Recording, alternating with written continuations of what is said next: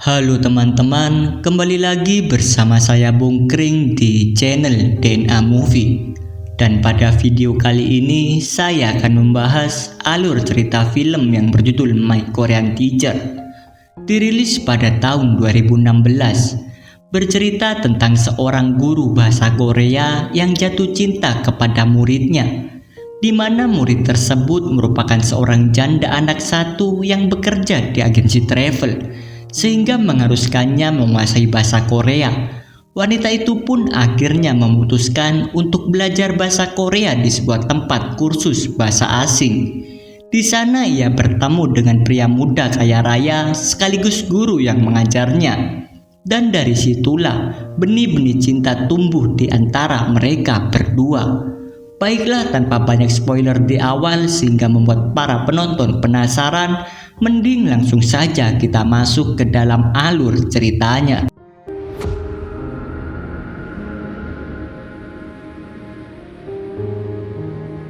Cerita bermula dengan memperlihatkan seorang pemuda bernama Jung-un. Dirinya merupakan putra tunggal dari seorang pemilik perusahaan ternama di Korea Selatan.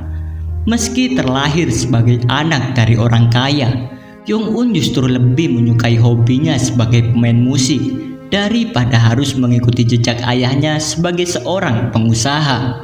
Dirinya juga lebih memilih hidup dan tinggal di Tokyo, Jepang agar tak membebani orang tuanya. Di Jepang, Jung-un justru bekerja menjadi seorang sales produk online. Dan di hari yang sama, Jung-un dipanggil atasannya untuk membahas kontrak kerja. Atasannya itu berkata jika ia tak bisa melanjutkan kerjasamanya dengan Jung-un, sebab perusahaan itu sedang dalam masalah. Sepulang dari tempat kerja, Jung-un lantas kembali ke apartemennya. Namun setibanya di sana, Jung-un justru mendapati kekasihnya sedang berselingkuh dengan pria lain. Alasan kekasihnya berselingkuh karena ia lebih memilih pria kaya dibandingkan dengan Jung-un yang pekerjaan sehari-harinya hanya sebagai mas-mas sales produk online. Untuk menghilangkan rasa stres yang dialaminya, Jung-un pun memutuskan menelpon orang tuanya untuk sekedar menanyakan kabar. Dalam percakapan singkat tersebut, nampaknya sang ayah masih belum mau menerima keputusan putranya yang pergi meninggalkan Korea Selatan, karena perusahaan ayahnya kini sedang mencari pemimpin baru dan Jung-un diharapkan dapat menggantikan posisi ayahnya di perusahaan. Meski di Jepang Jung-un hanyalah seorang pengangguran, namun dirinya masih menolak untuk menggantikan posisi ayahnya. Keesokan harinya Jung-un yang berada di Okinawa, ia baru saja mendapatkan sebuah telepon dari atasannya yang mengatakan bahwa perusahaan mereka telah bangkrut akibat produk ginseng yang mereka jual ternyata palsu. Dan Jung-un pun kini dilarang untuk kembali ke Tokyo. Mengetahui jika dirinya tak bisa kembali pulang, lantas Jung-un menuju ke sebuah taman sembari melihat foto-foto mantan kekasihnya. Meski cintanya hanya bertepuk sebelah tangan. Saat marah-marah tidak jelas dengan menggunakan bahasa Korea, di sana terlihat pasangan suami istri pemilik kursus bahasa asing yang tak sengaja menyaksikannya. Lalu mereka memberikan handphone Jung-un yang sebelumnya telah ia lemparkan ke semak-semak. Mereka bernama Kawamoto dan Sayuri. Pasangan ini pun kemudian mengajak Jung-un ke sebuah restoran. Di sana Jung-un menceritakan semua masalah yang dialaminya. Mendengar cerita dari Jung-un, pasangan suami istri itu pun merasa iba. Dan secara kebetulan, guru bahasa Korea yang mengajar di tempat kursus mereka telah berhenti dengan alasan yang tidak jelas. Dalam keadaan setengah sadar, melihat ada peluang bagi dirinya, Jung-un secara gamblang melamar menjadi guru bahasa Korea di tempat kursus milik mereka. Dan pada akhirnya mereka pun sepakat. Keesokan harinya betapa terkejutnya Jung-un saat Kawamoto mengingatkan tentang kesepakatan yang telah mereka putuskan semalam. Jung-un berkali-kali menolaknya, sebab menjadi guru bukanlah basic bagi dirinya, serta tak pernah terbayangkan bagi Jung-un sebelumnya. Namun karena Jung-un yang tak memiliki pekerjaan lagi, ditambah tempat kursus Kawamoto terancam bubar jika tak ada guru bahasa asing, akhirnya Jung-un pun memutuskan pergi mengajar. Saat di kelas, Jung-un terlihat kaku serta gugup di hadapan murid-muridnya. Sebab ini merupakan kali pertama bagi Jung-un menjadi seorang guru. Ditambah murid-muridnya lebih berumur dibandingkan dengan Jung-un. Selain itu, di kelas ada seorang murid yang selalu memperhatikan Jung-un dengan tatapan manja, hingga membuat Jung-un gugup dan salah tingkah dibuatnya. Murid itu bernama Sakura. Sakura memang satu-satunya siswi yang selalu memperhatikan materi yang diberikan oleh Jung-un. Sebab ia belajar begitu gigih karena tuntutan pekerjaannya sebagai pemandu turis asing yang harus pandai berbahasa Korea. Yang mana sebelumnya sewaktu melamar pekerjaan, Sakura dengan percaya diri mengatakan bahwa ia telah menguasai bahasa tersebut. Alhasil kini dirinya harus membuktikan ucapannya itu. Semua hal yang dilakukan oleh Sakura bukan semata-mata karena ia gila bekerja, melainkan demi menghidupi putra semata wayangnya yang kini telah menginjak bangku sekolah. Setiap pagi sebelum bekerja, Sakura selalu mengantarkan putranya terlebih dahulu. Karena bagi Sakura, putranya ini adalah semangat dalam hidupnya. Di jalan menuju kantor, Sakura tak lupa melatih dirinya dengan dialog berbahasa Korea, hingga hal itu mengundang perhatian penumpang lain. Namun saat telah sampai di kantor tempatnya bekerja, Sakura mendapatkan kabar bahwa sebentar lagi pimpinan perusahaan travel asal Korea Selatan akan datang ke sana untuk membicarakan tur pulau di Okinawa yang telah ditawarkan oleh perusahaan Sakura sebelumnya. Mengetahui akan hal itu, Sakura pun kini harus lebih gigih dalam menguasai bahasa Korea. Esoknya Sakura kembali mengikuti kursus bahasa asing, yang dimana kini Jung-un terlihat sudah terbiasa meski agak sedikit kaku. Walau semua murid tidak memperhatikan materi yang telah diberikan olehnya, namun berbeda dengan Sakura yang terlihat begitu rajin mencatat serta berusaha memahami materi, hingga Jung-un pun kembali bersemangat karena setidaknya ada murid yang berniat belajar dengan dirinya. Pada hari berikutnya, Sakura semakin gelisah di tempat ia bekerja karena dirinya diminta untuk menerjemahkan sebuah email dari perusahaan travel Korea. Malamnya dengan susah payah Sakura berusaha menerjemahkannya, namun Sakura tidak berhasil. Hingga akhirnya ia memutuskan untuk mendatangi Jung-un yang terlihat sedang menikmati makanannya. Di sana Sakura segera meminta tolong agar dibantu menerjemahkan email tersebut. Selain itu, Sakura juga meminta kelas tambahan kepada Jung-un dengan imbalan traktir makan siang Jung-un setiap harinya. Semua itu Sakura lakukan karena dirinya ingin benar-benar cepat menguasai bahasa Korea dengan fasih.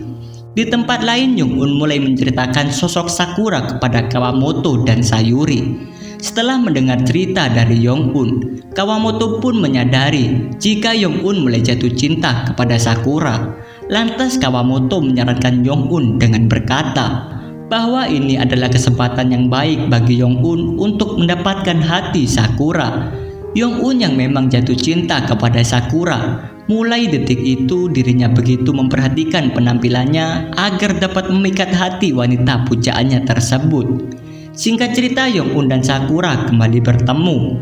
Terlihat keduanya sedang mempraktekkan seorang pemandu wisata yang berjumpa dengan seorang turis. Mereka berdialog secara langsung menggunakan bahasa Korea. Jung-un akan selalu mengoreksi kalimat dari Sakura jika ada yang salah. Kedekatan mereka semakin terajut saat tiba makan siang. Pembicaraan sederhana soal makanan membuat mereka terhanyut dalam tawa. Lalu momen kedekatan mereka terus berlanjut hingga sampai berkeliling kota dan menjelajahi sebuah pasar. Namun ketika hendak membeli sebuah baju, secara kebetulan dan tidak sengaja, ternyata Jung-un dan Sakura memilih baju yang sama, yakni bergambarkan seekor kelinci yang lucu.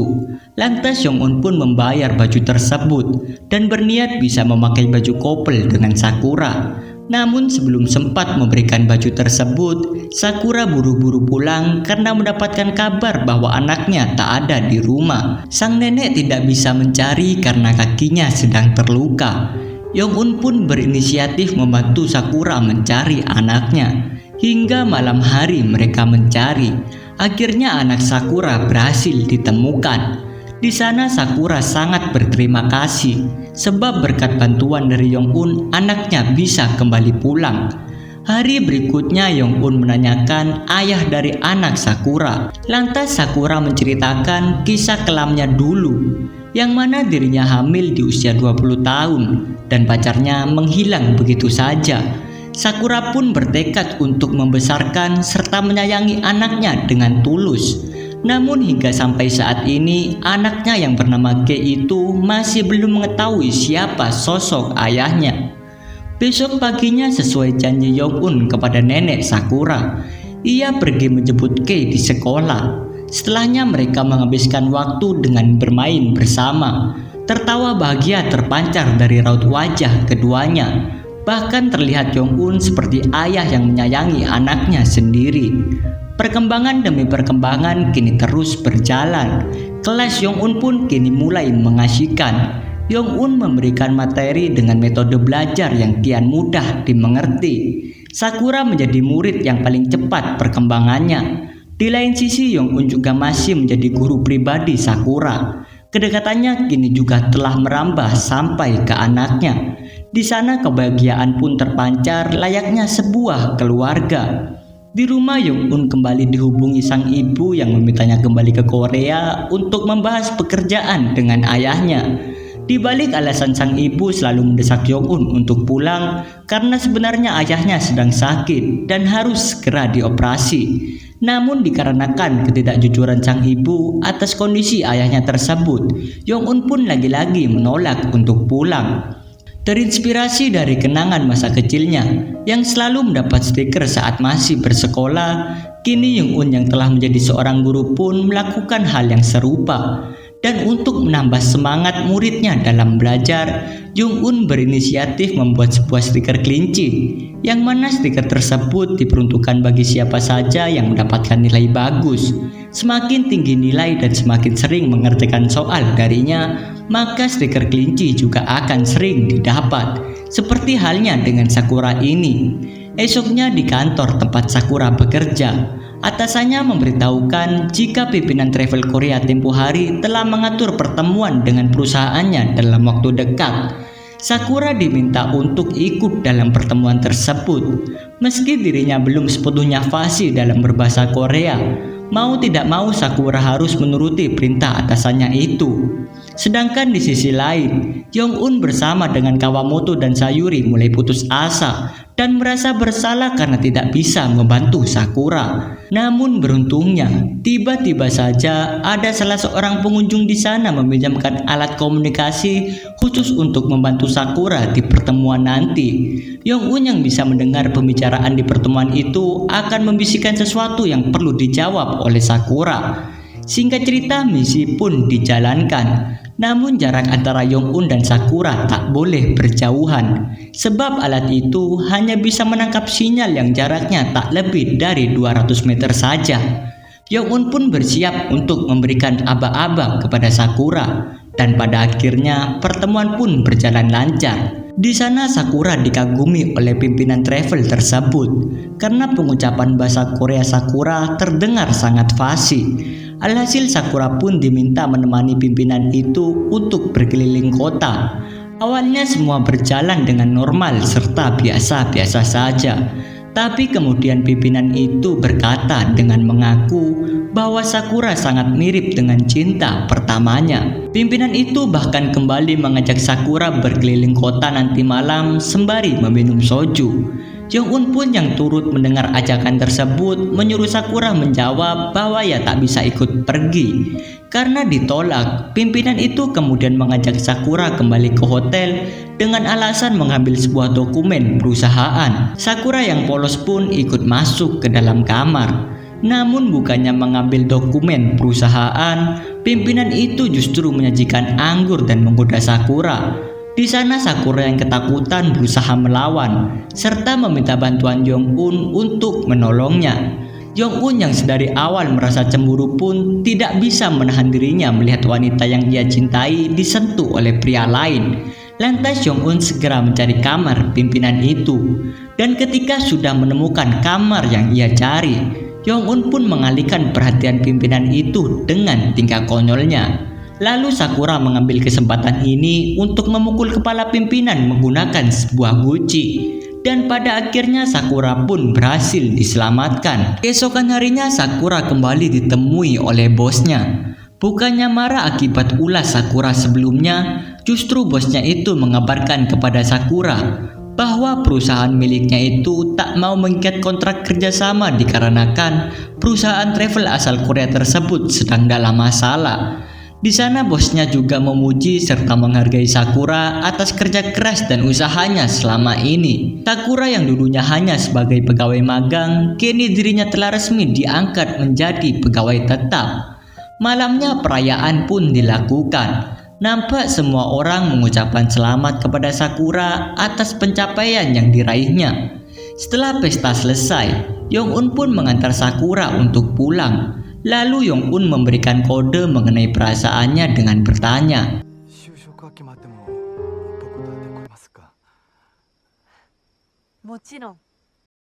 karena mengingat tugas Yong-un telah selesai.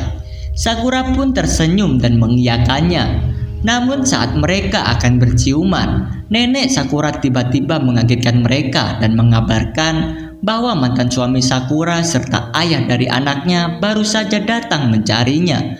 Dan tak berselang lama, mantan suami Sakura pun muncul sembari sujud di hadapan Sakura untuk meminta maaf. Lantas ia pun memeluk tubuh Sakura dengan erat. Sedangkan Yong-un yang menyaksikan secara langsung akan apa yang telah ia lihat membuat dadanya sesak seketika, hingga dirinya pun pergi meninggalkan Sakura dengan rasa hati yang begitu hampa. Esok harinya, saat melakukan pertemuan singkat dengan Kawamoto dan Sayuri, Yong-un mendapat kabar kalau mantan suami Sakura pergi meninggalkannya dengan alasan tidak mau melihat Sakura dan anaknya hidup menderita. Di waktu yang sama, ibu Yong-un menelpon dan mengabarkan jika sang ayah dalam kondisi kritis. Yong-un yang mendengar hal itu pun seketika bergegas pulang ke Korea untuk menemui sang ayah dan berniat meninggalkan Okinawa, Jepang. Setelah tiba di rumah, Yong-un begitu sedih melihat kondisi sang ayah yang sedang terbaring tak berdaya. Rupanya sang ayah tak ingin membuat Yong-un khawatir dengan kesehatannya yang tidak menentu. Alasan sang ayah melarang ibunya untuk menceritakan penyakit yang dideritanya kepada putranya tersebut karena sang ayah ingin membiarkan Yong-un untuk memilih jalan hidupnya sendiri. Saat Yong-un sedang mengenang masa-masa indah bersama keluarganya, secara tak sengaja ia menemukan sebuah foto dirinya bersama sang ayah semasa kecil dulu. Hingga hal itu membuat hati Yong-un menjadi lunak. Ia yang awalnya tak mau berkecimpung dengan perusahaan milik ayahnya, kini Yong-un berniat untuk bergerak membantu mengembangkan perusahaan itu. Tak terasa 3 tahun telah berlalu. Saat Yong-un akan menginap di sebuah hotel untuk membicarakan kerjasama perusahaan, tak disangka di sana dirinya dipertemukan kembali dengan Sakura. Nampak kini Sakura telah menjadi pemandu turis yang hebat. Pertemuan mereka pun berlanjut dengan obrolan santai. Dalam obrolan singkat itu, mereka membicarakan tentang kehidupannya masing-masing. Yong-un menceritakan kalau dirinya kini sedang meneruskan perusahaan milik ayahnya. Sedangkan Sakura dirinya sering bolak-balik Jepang demi kepentingan para turis. Yong-un kemudian menyinggung kabar dari anak Sakura. Dan barulah diketahui jika ternyata Sakura tidak bersatu lagi dengan Sayushi, mantan suaminya tersebut. Dikarenakan ia serta anaknya tak bisa menerima kembali kehadiran Sayushi di kehidupannya. Hal ini tentu saja menjadi kode bahwa Sakura membuka pintu hatinya untuk Yong-un. Dan secara tak sengaja, stiker bergambar seekor kelinci pemberian Yong-un beberapa tahun yang lalu tiba-tiba saja jatuh ke lantai. Hal itu kembali mengingatkan mereka akan kenangan manis masa berada di Okinawa. Dan setelah itu film pun berakhir. Pesan yang dapat kita ambil dari film ini adalah cintailah janda tanpa memandang usia, karena pada dasarnya janda memang lebih menggoda. Dan semoga menjadi motivasi para kaum jomblo di luaran sana. Jangan lupa ambil positifnya, buang negatifnya. Sebab video ini dibuat hanya untuk hiburan semata. Saya Bung Kring dan sampai jumpa di video menarik lainnya.